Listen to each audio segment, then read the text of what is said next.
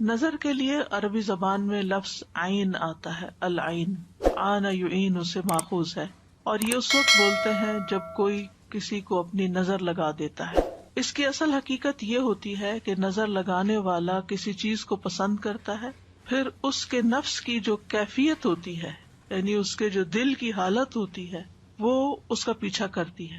یعنی دیکھنے والا کسی چیز کو پسند کرتا ہے، اس کے دل کو اچھی لگتی ہے، اچھی لگنے کے بعد وہ اپنے دل میں کیا محسوس کرتا ہے؟ خوشی محسوس کرتا ہے، تعجب محسوس کرتا ہے، حسد محسوس کرتا ہے، دکھی ہوتا ہے، خوش نہیں ہوتا۔ تو یہ کیفیت اس نظر کے ذریعے اس چیز پر جا کر اثر انداز ہوتی ہے، اور اس کے مطابق اس کو پھر تکلیف پہنچتی ہے یا فائدہ ہوتا ہے۔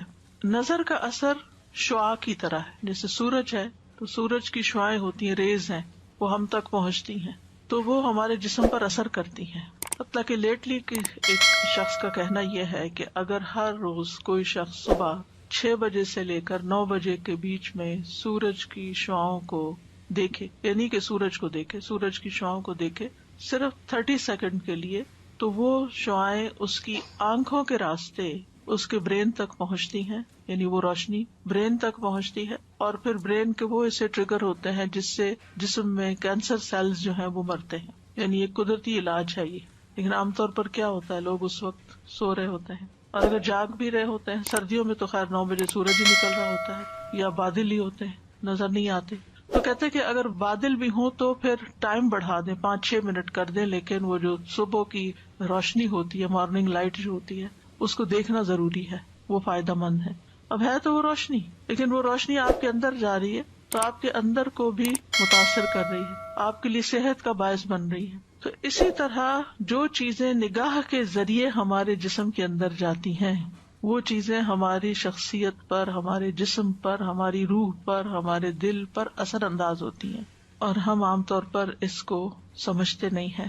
تو نظر لگانے والے کی آنکھ سے ایسی شعاع نکلتی ہے، ایسی ریز نکلتی ہیں جو نشانہ بننے والے کو نقصان دیتی ہیں۔ اب تو آپ دیکھیں مائکرو ویو میں بھی چیز جل جاتی ہے، صرف کیا ہے اس کے اندر، کوئی آگ تو نہیں لگی ہوئی، ریز ہیں، انویزیبل ریز ہیں۔ اسی طرح پتھروں کو توڑنے کے لیے بھی بعض ریز استعمال ہوتی ہیں، جیسے گال بلیڈر کے جو سٹونز ہوتے ہیں ان کو لیزر کے ذریعے ریموو کیا جاتا ہے۔ اسی طرح کچھ اور تھراپیز بھی لیزر کے ذریعے کی جاتی ہیں، یہ جو لیزر کے ذریعے بالوں کی جڑوں کو جلا دیا جاتا ہے۔ تو یہ بات پہلے زمانے میں تو شاید سمجھ میں نہ آتی لوگوں کو، لیکن اب یہ سمجھنی کچھ مشکل نہیں کہ یہ ریز جو ہے یہ اثر انداز ہوتی ہیں۔ نظر جو ہے وہ حسد کی وجہ سے بھی ہو سکتی ہے اور اپنے پیاروں کو بھی لگ جاتی ہے۔ اب ڈپینڈ کرتا ہے کہ کس شخص کی نظر کیسی ہے۔ کچھ لوگوں کی نظر میں زیادہ تاثیر ہوتی ہے، نظر کرم بھی کہتے ہیں نا، یعنی جہاں بری نظر ہوتی ہے وہاں اچھی نظر بھی ہوتی ہے، محبت کی نظر بھی ہوتی ہے، اور دوسرے کے ساتھ ایک احساس کی نظر بھی ہوتی ہے، کیئر کی نظر بھی ہوتی ہے، وہ بیمار کو فائدہ دیتی ہے۔ یعنی یہ نہیں کہ نظر صرف بری ہی ہوتی ہے، نظر اچھی بھی ہوتی ہے، لیکن جو شخص خبیث النفس ہوتا ہے، جو کسی کی خوشی پر، کسی کی نعمت پر خوش نہیں ہوتا، جو اللہ کی تقسیم پہ راضی نہیں ہوتا، اس کے اندر کی جو خباثت ہے اس کی نگاہوں کی ریز کے ساتھ دوسرے شخص کو متاثر کرتی، اور جو شخص جتنا کمزور ہوتا ہے اتنا ہی پھر وہ وکٹم بن جاتا ہے۔ اسی لیے آپ دیکھیں کہ بچوں کو نظر زیادہ لگتی ہے، کیونکہ بچے ابھی کمزور ہوتے ہیں، ان کو نہیں پتا ایمان کیا ہے، ان کو نہیں پتا قرآن کیا ہے، ان کو ابھی کچھ پتا نہیں ہے، تو نہ وہ اپنے لیے کوئی دعائیں پڑھ سکتے ہیں اور نہ ہی وہ اپنے لیے کوئی دم کر سکتے ہیں۔ اسی لیے پیرنٹس کو چاہیے کہ وہ بچوں کی پروٹیکشن کا انتظام کریں، جیسے انہیں سردی گرمی سے بچاتے ہیں، بھوک سے بچاتے ہیں، نقصان دہ چیزوں سے بچاتے ہیں، بری کمپنی سے بچاتے ہیں، تو اسی طرح دعائیں اور اذکار پڑھ کر بھی ان کی پروٹیکشن کریں۔ حضرت ابراہیم علیہ السلام اپنے دونوں بیٹوں کے لیے دعا پڑھا کرتے تھے، اعوذکما بکلمات اللہ التامات من کل شیطان وہامۃ ومن کل عین لامۃ۔ اسی طرح نبی صلی اللہ علیہ وسلم حضرت حسن اور حسین پر، جبکہ ابھی وہ بچے تھے، ان پر بھی یہ پروٹیکشن کی دعا پڑھتے تھے نظر سے بچنے کے لیے۔ تو یہ جو نظر بد جس کو کہتے ہیں، جو انسان کو تکلیف دیتی ہے، اس میں بنیادی طور پر آنکھ کا ہی کردار ہوتا ہے۔ ابن القیم کہتے ہیں یہ زہریلے تیر ہوتے ہیں، یعنی نظر کے اندر سے جو ریز نکلتی ہیں وہ تیروں کی طرح ہوتی ہیں، جو نظر لگائے ہوئے شخص کی طرف حاسد اور نظر لگانے والے کے نفس سے نکلتے ہیں۔ کبھی اس کو یہ تیر لگ جاتے ہیں اور کبھی خطا بھی ہو جاتے ہیں. ضروری نہیں کہ ہر حاسد اور نظر لگانے والے کی آنکھ سے جو نکل رہا ہے وہ دوسرے کو نقصان بھی دے. باذن اللہ ہوتا ہے. ایک ہی شخص ہوتا ہے 10 لوگوں کو دیکھتا ہے مگر ایک کو لگتی ہے نظر, سب کو نہیں لگتی. خوش ہو کے یعنی دوسروں کے لیے ہمدردی اور خیرخواہی رکھتے ہوئے کسی کو دیکھے گا تو انشاءاللہ فائدہ بھی ہوگا, کیونکہ بنیادی طور پر نگاہ اور دل کا بہت گہرا تعلق ہے. تو دل کے اندر سے دل کی جو کیفیت ہوتی ہے وہ ٹرانسفر ہوتی ہے نگاہ کے ذریعے, نظر کے ذریعے دوسرے شخص پر, یعنی وہ دوسرے کو جا کے متاثر کرتی ہے, دوسرے کو جا کے لگتی ہے. تو اسی لیے تزکیے کا حکم ہے. اگر تزکیہ نہیں ہے اور لوگوں کے لیے دلوں میں نفرت ہے, حسد ہے, تو پھر اسی طرح کی نگاہ بھی ہوگی, ویسے ہی آپ دوسروں کو دیکھیں گے بھی, اور دوسرے پھر اسی طرح کے ان کے اندر جذبات آپ کے لیے بھی پیدا ہوں گے. اور تو بہرحال نظر کا لگنا جو ہے یہ برحق ہے. نبی صلی اللہ علیہ وسلم نے فرمایا العین حق, صحیح بخاری کی روایت ہے. اس کا مطلب یہ ہے کہ یہ ایک ایسی حقیقت ہے جو ثابت شدہ ہے, واقعی ہے, یعنی اٹس اے ریالٹی. یہ صرف کوئی وہم و گمان کی بات نہیں کہ نظر لگتی ہے, بلکہ یہ ایک حقیقت ہے کہ ایسا ہوتا ہے. کفار اپنی نگاہوں کے ساتھ نبی صلی اللہ علیہ وسلم کو دعوت و تبلیغ کے کام سے روکنا چاہتے تھے, جس کا ذکر سورۃ القلم میں آتا ہے. وَإِن يَكَادُ الَّذِينَ كَفَرُوا لَيُزْلِقُونَكَ بِأَبْصَارِهِمْ لَمَّا سَمِعُوا الذِّكْرَ وَيَقُولُونَ إِنَّهُ لَمَجْنُونٌ. اور وہ لوگ جنہوں نے کفر کیا یقیناً قریب ہے کہ آپ کو اپنی نظروں سے گھور گھور کر ضروری پھسلا دیں جب وہ ذکر کو سنتے ہیں اور کہتے ہیں کہ یقیناً یہ تو دیوانہ ہے. یعنی وہ آپ کو ایسی نفرت بھری نگاہوں سے دیکھتے تھے جب وہ آپ کو قرآن پڑھتے ہوئے سنتے تھے کہ آپ پڑھنا روک دیں کسی طرح, یعنی اپنی نظروں سے آپ کو نقصان پہنچائیں. وہ تو اللہ تعالیٰ کی حفاظت تھی تو نقصان نہیں پہنچا سکتے تھے, لیکن ان کا مقصد یہی تھا. اور بالکل ایسے ہی ہوتا ہے کہ اگر آپ کسی سے بات کر رہے ہو اور دوسرا شخص نفرت سے آپ کو دیکھ رہا ہو یا غصے سے دیکھ رہا ہو تو آپ اپنا کانفیڈینس بعض اوقات لوز کر جاتے ہیں. حالانکہ وہ کہہ کچھ نہیں رہا ہوتا, لیکن صرف اس کے دیکھنے کا انداز ایسا ہوتا ہے جس کو گھورنا کہتے ہیں بعض اوقات, تو وہ یعنی آپ کو آپ کی بات سے ہٹا دیتا ہے, یا آپ کی کنوکشن لوز ہو جاتی. ابن عباس رضی اللہ عنہما اس کی تفسیر میں کہتے ہیں اس کا مطلب یہ ہے کہ وہ اپنی نگاہوں سے تمہیں نظر بد لگا دیں. ابن کثیر کہتے ہیں اس میں اس بات کی دلیل ہے کہ اللہ عز و جل کے حکم سے نظر کا لگ جانا اور اس کی تاثیر کا پیدا ہو جانا برحق ہے. اسی لیے اللہ سبحانہ وتعالیٰ نے نبی صلی اللہ علیہ وسلم کو حاسد کے حسد سے اور حاسد کے شر سے پناہ مانگنے کا حکم دیا. وَمِن شَرِّ حَاسِدٍ إِذَا حَسَدَ. تو عام طور پر جو نظر لگتی ہے وہ حاسد کی ہوتی ہے جو آپ کی نعمت پر خوش نہیں ہوتا.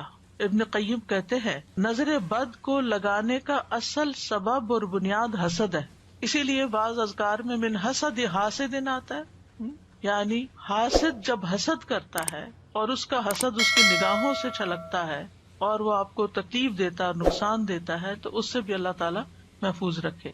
لیکن ضروری نہیں کہ صرف حسد کی بنیاد پر, بعض اوقات حسد کے علاوہ بھی, جیسے آگے میں وضاحت کروں گی, کہ تعجب کی بنیاد پر, ایکسائٹمنٹ کی وجہ سے, محبت کی وجہ سے بھی نظر لگ جاتی ہے, جیسے ماں کی بچے کو لگ جاتی ہے. اور کبھی کسی انسان کی فطرت کی بنا پر, یعنی اس کے اندر جو ایک پوائزن ہے اوور آل لوگوں کے بارے میں, ایک تلخی ہے, ایک فطرت میں وہ بخیل ہے یا کسی کی خوشی پہ خوش نہیں ہوتا, تو اس کی نظر بھی لگ جاتی ہے. ضروری نہیں کہ وہ آپ کی جان پہچان ہو. مثلاً آپ ٹریول کر رہے ہیں, آپ نے کوئی اچھی جیولری پہنی ہوئی ہے, اچھے کپڑے پہن کے بیٹھے, اچھا سا بیگ لے کے بیٹھے ہوئے ہیں, اور دور کوئی سیٹ پر بیٹھا آپ کے ساری حال ولیے کا جائزہ لے رہا ہے اور اس کو بالکل اچھا نہیں لگ رہا یہ سب کچھ, کیونکہ اس کے پاس یہ سب نہیں ہے.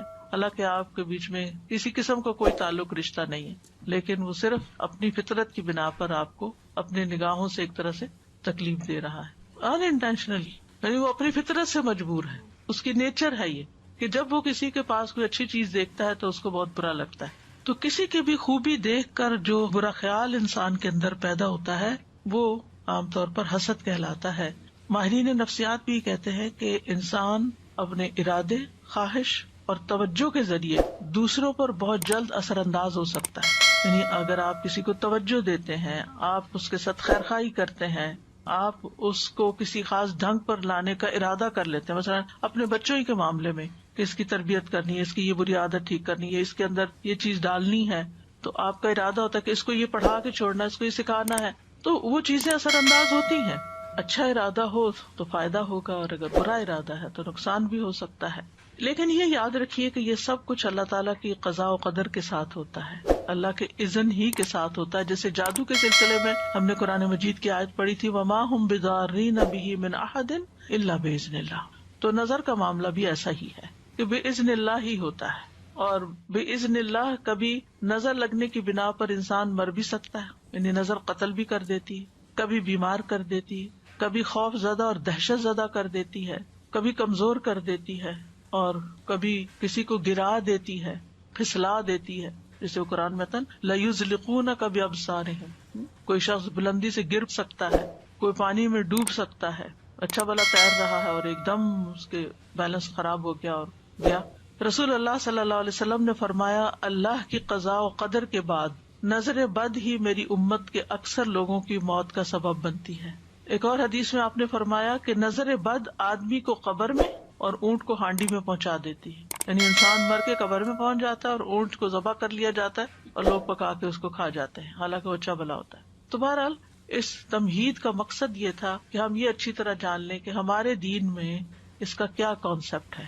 کچھ لوگ تو ہر چیز میں نظر کا اثر ماننے شروع ہو جاتے ہیں اور کچھ کسی چیز میں بھی اثر نہیں مانتے. تو اعتدال کی راہ وہی ہے جو ہمارے دین کی ہے کہ لگ بھی سکتی اور نہیں بھی لگ سکتی، باذن اللہ ہی سب کچھ ہوتا ہے. تو آج کی آیات میں ہم دیکھتے ہیں سورۃ یوسف کی، جس میں یوسف علیہ السلام کے والد یعقوب علیہ السلام اپنے بچوں کو لوگوں کی نظر بد سے بچانے کے لیے ایک خاص حکم دیتے ہیں. آیات سنیے، پھر اس کے بعد ان کی ہلکی پھلکی وضاحت کریں گے. اور یعقوب نے کہا، اے میرے بیٹو، تم سب شہر میں ایک دروازے سے داخل نہ ہونا، بلکہ تم مختلف دروازوں سے الگ الگ داخل ہونا، اور میں اللہ کی طرف سے آنے والی کسی چیز سے تمہیں نہیں بچا سکتا. حکم تو صرف اللہ ہی کا چلتا ہے، اسی پر میں نے توکل کیا، اور اسی پر پس چاہیے کہ توکل کرنے والے توکل کریں. اور جب وہ شہر میں اسی طرح داخل ہوئے جس طرح ان کے والد نے انہیں حکم دیا تھا، تو انہیں اللہ کے مقابل کوئی چیز کام نہ آئی، سوائے اس کے کہ یعقوب کے دل میں ایک خیال آیا تھا جسے اس نے پورا کیا. اور بے شک وہ البتہ علم والا تھا جو ہم نے اسے سکھایا تھا، لیکن اکثر لوگ جانتے نہیں. یعقوب علیہ السلام نے جب بنیامین کو باقی بیٹوں کے ساتھ مصر بھیجا تو اس وقت انہیں نصیحت کی کہ اے میرے پیارے بچوں، تم سب ایک دروازے سے شہر میں داخل نہ ہونا. یا بنیہ، مجھے بڑی حیرت ہوتی ہے، یہ سائیڈ نوٹ ہے، بڑی حیرت ہوتی ہے کہ ان بچوں نے کتنی تکلیف دی تھی. یعقوب علیہ السلام زندگی بھر کا روگ لگا لیا تھا، اپنے بھائی کو بظاہر مار ڈالا تھا، ختم کر دیا تھا، لیکن باپ کا رویہ کیسا رہا اولاد کے ساتھ؟ وہ ان پہ ناراض نہیں ہوئے، انہوں نے ان کو گھر سے نہیں نکالا، انہوں نے ان کو تانے نہیں دیے، انہوں نے ان کو بات بات پر ڈانٹا نہیں، بلکہ یا بنیا کہہ کے پکارتے. اس میں تربیت اولاد کا ایک بہت بڑا پہلو چھپا ہوا ہے کہ اولاد اپنی ہی ہے نا، جو بھی کرے وہ اپنی ہی ہے نا. اگر آپ ان کے لیے نہیں تو پھر کون ہوگا؟ وہ کچھ بھی کرے، آپ کو محبت سے، پیار سے اور خیر خواہی کے ساتھ ان کی تربیت کرنی ہے، ان کو اپنا بنانا ہے، ان کی غلطیوں کو معاف کرنا ہے، انہیں سیدھے راستے پہ لانا ہے. کیونکہ محبت جو کچھ کر سکتی ہے وہ نفرت نہیں کرتی. یعنی کتنی تکلیف ہوگی ان کے دل میں، اور کتنا مشکل ہوتا ہے کہ جب بچوں کی طرف سے تکلیف بھی پہنچے اور پھر انسان انہیں گلے بھی لگائے اور انہیں پیار سے بھی بلائے. لیکن بہت سے والدین اس کی پرواہ نہیں کرتے، اور وہ اگر بچوں نے کوئی ایسا کام کر لیا ہے جو قتل سے بڑا کیا جرم ہو سکتا ہے، باقی جرائم تو اس سے چھوٹے ہی ہوتے ہیں، اگر انہوں نے کوئی ایسا کام کر لیا ہے تو اس کہتے ہیں شکل نہ دکھاؤ، تم گھر سے نکل جاؤ، اور ڈسون کر دیتے ہیں، چھوٹی چھوٹی باتوں پر لڑنے مرنے پہ تیار ہو جاتے ہیں. ایسے بچوں کی زندگی حرام کر کے رکھ دیتے. تو بہرحال کہتے ہیں میرے پیارے بچوں، تم سب ایک دروازے سے شہر میں نہ جانا. انہیں پروٹیکٹ کرنے کے لیے سفر کرنے کا طریقہ بتا رہے ہیں، بلکہ مصر میں مختلف دروازوں سے ایک ایک دو دو کر کے داخل ہونا، تاکہ تم لوگوں کی نگاہ میں نہ ہو، تمہیں بری نظر نہ لگے. کیونکہ آپ کو پتا کہ فلسطین کے لوگ ویسے بھی کتنے خوبصورت ہوتے ہیں، اور پھر وہ سارے جوان لڑکے اور وہ سارے کے سارے ایک گروپ بن کے اگر ایک ہی جیسی شکلوں جیسے وہ داخل ہو رہے ہوں تو کوئی بھی دیکھے گا تو جو نظر موجب ہوتی، تعجب والی، حیرانگی والی، خوشی والی، وہ ان کو نقصان دے سکتی ہے. چونکہ وہ خوبصورت تھے، طاقتور تھے، مضبوط نوجوان تھے، تو انہیں ڈر تھا کہ نظر لگے گی. اور ساتھ ہی پھر کہا کہ میں اپنی اس تدبیر کے ذریعے اللہ کی قضاء و قدر کو نہیں ٹال سکتا. سبب اختیار کرنا ہمارا کام ہے، لیکن باقی پھر اللہ کے ہاتھ میں ہے. یعنی احتیاط تقدیر کی راہ میں حائل نہیں ہو سکتی، تمام فیصلے اللہ کے اختیار میں ہیں. اس میں کسی اور کا کوئی دخل نہیں ہے، اس لیے میں اس پہ توکل کرتا ہوں. تو ایسے تمام معاملات جن کے معاملے میں انسان کا دل چھوٹا ہوتا ہے، خوف ہوتا ہے، انسان کو چاہیے کہ تدبیر اختیار کرے اور باقی اللہ پہ بھروسہ کرے اور اپنا دل ہلکا کر لے. تو کہتے ہیں کہ تمام لوگوں کو بھی صرف اسی پہ بھروسہ کرنا چاہیے، یعنی وہ ساتھ دوسروں کو بھی سبق سکھا رہے ہیں. تو بہرحال یوسف علیہ السلام کے بھائی مصر پہنچ کر والد کی نصیحت کے مطابق مختلف دروازوں سے شہر میں داخل ہوئے، لیکن ہوا وہی جس کی کھٹک تھی ان کے دل میں کہ بنیامین کے ساتھ وہ واقعہ پیش آ گیا اور بنیامین کو انہیں وہیں چھوڑنا پڑا. وقال یا بنی لا تدخلوا من باب واحد وادخلوا من ابواب متفرقہ، اے بچوں ایک دروازے سے نہیں مختلف دروازوں سے داخل ہونا. وما اغنی عنکم من اللہ من شیء ان الحکم الا للہ علیہ توکلت وعلیہ فلیتوکل المتوکلون. یعنی انسان اپنا مطلوب اور مقصود توکل کے ذریعے حاصل کر سکتا ہے. وَلَمَّا دَخَلُوا مِنْ حَيْثُ أَمَرَهُمْ أَبُوهُمْ مَا كَانَ يُغْنِي عَنْهُمْ مِنَ اللَّهِ مِنْ شَيْءٍ. تو پھر جب وہ اسی طریقے پہ داخل ہوئے جس پہ ان کے والد نے انہیں گائیڈ کیا تھا، لیکن وہ تدبیر ان کے کام نہ آئی. إِلَّا حَاجَةً فِي نَفْسِ يَعْقُوبَ قَضَاهَا، مگر یہ ایک ایسی ایک ضرورت تھی، ایک حاجت تھی، ایک تڑپ تھی جو یعقوب علیہ السلام کے دل میں تھی کہ جس کو انہوں نے پورا کیا تھا. یعنی ایک خیال تھا جو انہوں نے بیان کر دیا، اور ان کا خیال ایسا ویسا نہیں تھا. وَإِنَّهُ لَذُو عِلْمٍ لِمَا عَلَّمْنَاهُ، وہ ہمارے دیے ہوئے علم کی بنا پر صاحب علم تھا، اس نے علم کی بنا پر یہ بات کہی تھی.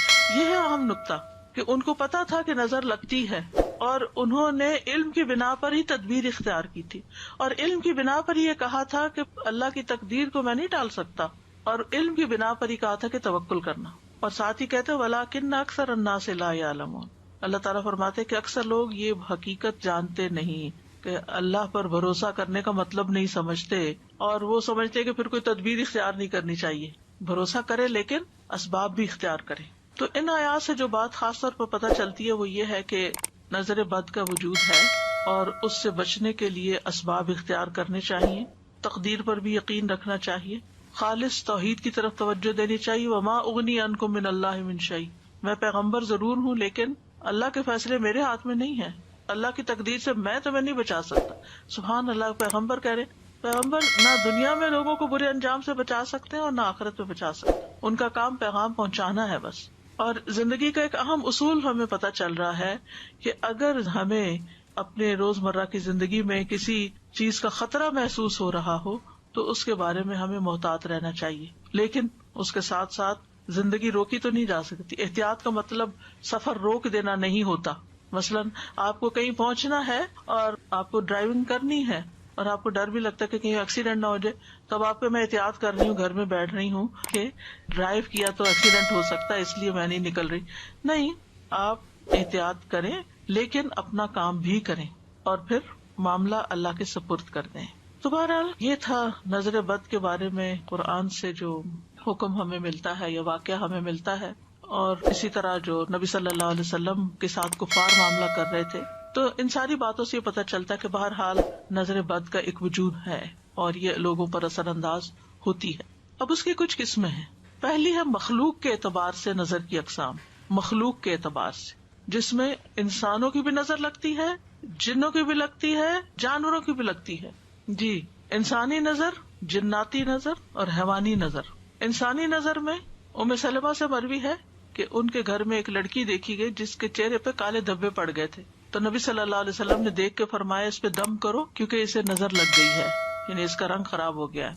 پھر جنات کی نظر، جیسے انسان نظر لگاتے ہیں ایسے جن بھی انسانوں کو دیکھتے ہیں. انہم یراکم هو وقبیلہ من حیث لا ترونہم، ہم انہیں نہیں دیکھ سکتے، وہ ہمیں دیکھ رہے ہوتے ہیں. اسی لیے جب آپ واش روم جاتے ہیں تو اس وقت بھی دعا پڑھ کے جاتے ہیں، کپڑے بدلتے ہیں، بسم اللہ پڑھ کے بدلتے ہیں تاکہ ان کی نظر آپ کے ننگے جسم پر نہ پڑے. تو یہ جو حدیث ہے نا حضرت ام سلمہ والی، اس میں صفعۃ کا لفظ آتا ہے. صفعۃ کا معنی ہوتا ہے نظرۃ من الجن، جنوں کی نظر، یعنی اس بچی کو جنوں کی نظر لگی ہوئی ہے. یہ تو آپ کو معلوم ہے نا کہ بعض جن انسانوں پہ عاشق ہو جاتے ہیں، ان کے پیچھے پڑ جاتے ہیں، ان کو نقصان دیتے ہیں وغیرہ وغیرہ. تو اس سے پتہ چلتا ہے کہ جنات بھی نظر لگاتے ہیں اور ان کی نظر انسانوں کی نظر سے بھی زیادہ سخت ہوتی ہے. ابو سعید خدری رضی اللہ عنہ کہتے ہیں کہ رسول اللہ صلی اللہ علیہ وسلم جنوں اور انسانوں کی نظر بد سے پناہ مانگا کرتے تھے، یہاں تک کہ معوذتین نازل ہوئی. جب یہ نازل ہوئی تو آپ نے انہیں پڑھنا شروع کر دیا اور ان کے علاوہ باقی چیزیں چھوڑ دی، یعنی نظر کے لیے. حسد، نظر، جادو، سب شر کے بچنے کے لیے. میں سوچتی ہوں ہمارا دین اتنا خوبصورت ہے، لیکن مشکل یہ کہ ہم اس پر عمل نہیں کرتے اور مصیبت کا شکار رہتے ہیں. ہم سب جانتے ہیں نا کہ ہر نماز کے بعد معوذتین پڑھنی چاہیے. کتنے لوگ پڑھتے ہیں؟ یہ نہیں سو مجھے حساب نہیں دینا، لیکن